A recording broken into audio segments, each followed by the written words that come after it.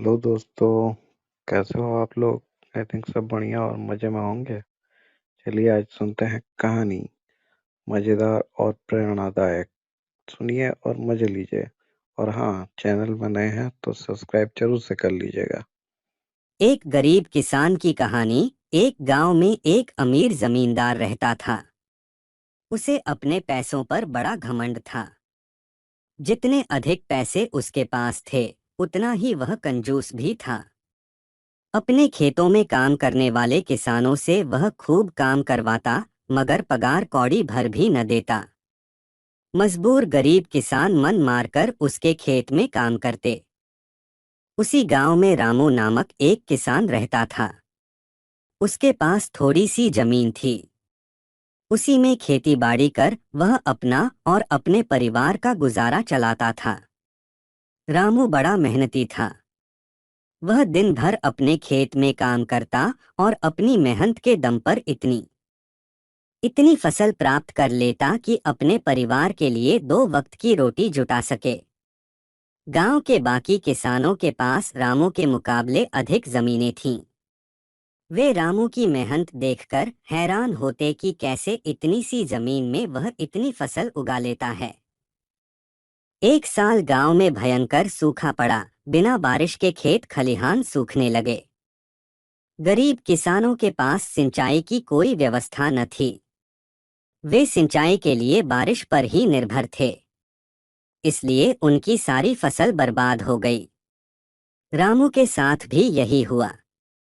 अपने छोटे से खेत में वह किसी तरह अपने परिवार का पालन पोषण कर रहे थे। अब उनके सामने भूखों मरने की नौबत आ गई।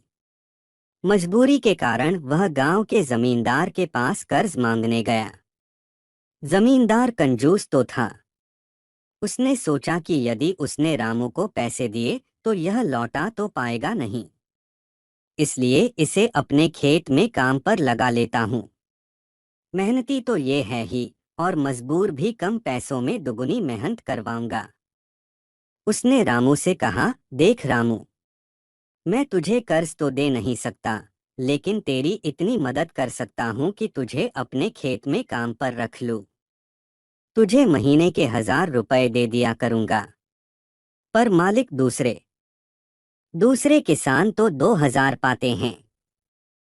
रामू बोला, करना है तो कर, वरना मेरे पास किसानों की कमी नहीं। जमींदार बोला। मजबूर रामू क्या करता, हामी भरकर घर लौट आया। अगले दिन से जमींदार के खेत में काम करने लगा। मेहनती तो वह था ही, वह खूब मेहनत और लगन से काम करता। उसने 4 महीने का काम 2 महीने में ही कर दिया। यह देख जमींदार बहुत खुश हुआ। लेकिन इसके मन में मक्कारी जाग उठी। उसने सोचा कि 4 महीने का काम तो इसने 2 ही महीने में कर दिया। क्यों न इसे निकाल दूं। इससे मेरे 2 महीने के पैसे बच जाएंगे। उसने रामू को बुलाया और उसके 2 महीने के पैसे देकर कहा, रामू यह ले तेरे पैसे, कल से मत आना, अब मुझे तेरी जरूरत नहीं। ये सुनकर रामू परेशान हो गया। बड़ी मुश्किल से उसका घर चल रहा था। अब अपने परिवार का भरण पोषण कैसे करेगा। वह जमींदार के सामने गिड़गिड़ाने लगा कि उसे काम से न निकाले। लेकिन जमींदार ने उसकी एक न सुनी और उसे काम से निकाल दिया। रामू आंखों में आंसू लेकर घर लौटा। चिंता से रात भर उसे नींद नहीं आई। सुबह उठकर उसने फैसला किया कि वह फिर से जमींदार के पास जाएगा और उससे विनती करेगा कि उसे वापस काम पर रख ले। वह जमींदार के घर के सामने जाकर बैठ गया। सुबह उठकर जाट जमींदार अपने घर से बाहर निकला तो रामू को घर के सामने बैठा हुआ देखा। उसने रामू से पूछा, क्या हुआ रामू, क्यों आया है।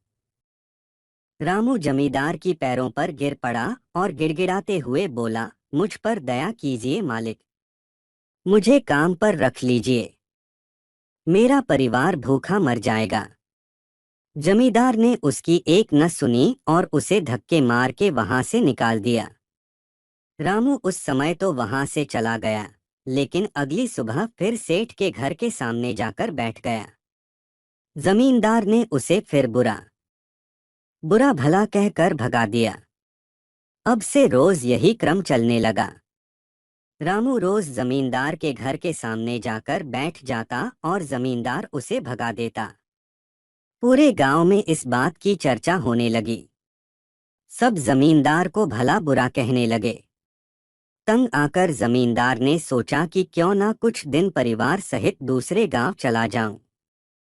मुझे घर पर ना देखकर रामू यहाँ आना बंद कर देगा। अगले दिन वह परिवार सहित दूसरे गांव अपने रिश्तेदार के घर चला गया। 10-15 दिन रिश्तेदार के घर रहने के बाद जब वह अपने घर लौटा तो मोहन को अपने घर के सामने बैठा नहीं पाया। वह मन ही मन खुश हुआ कि चलो उससे पीछा छूटा, लेकिन वह चकित भी हुआ कि आखिर रामू ने आना बंद क्यों कर दिया। उसने गांव वालों को बुलाकर पूछा तो पता चला कि रामू घायल है और अपने घर पर पड़ा हुआ है। जमींदार ने पूछा क्या हुआ उसे। एक जमींदार ने कहा, मालिक, आज जब दूसरे गांव चले गए थे तब भी रामू आपके घर के सामने बैठा रहता था। एक दिन आपका खाली घर देखकर कुछ चोर चोरी करने के इरादे से आपके घर में घुसे, लेकिन वे रामू की नजर में आ गए। रामू अपनी जान की परवाह न कर उनसे उलझ गया और उन्हें भगा दिया। उनके बीच हुई हाथ-पाई के कारण रामू घायल हो गया। ये जानकर जमींदार को खुद पर शर्म आने लगी कि उसने रामू के साथ कितना बुरा किया, लेकिन इसके बाद भी रामू उसके घर चोरी होने से बचाने के लिए चोरों से उलझ गया। वह पछताने लगा। उसने रामू के घर जाने का फैसला किया। वह रामू के घर पहुंचा तो देखा कि रामू बड़ी दयनीय अवस्था में चारपाई पर पड़ा हुआ है। उसके बच्चे भूख से बिलख रहे हैं। ये देख जमींदार का दिल भर आया। उसने रामू से अपने किए की माफी मांगी, उसका इलाज करवाया और ठीक होने के बाद अच्छी पगार के साथ उसे फिर से काम पर रख लिया। सीख, कभी किसी के साथ बेईमानी नहीं करनी चाहिए। सदा जरूरतमंदों की सहायता करनी चाहिए। अपना काम ईमानदारी से करना चाहिए।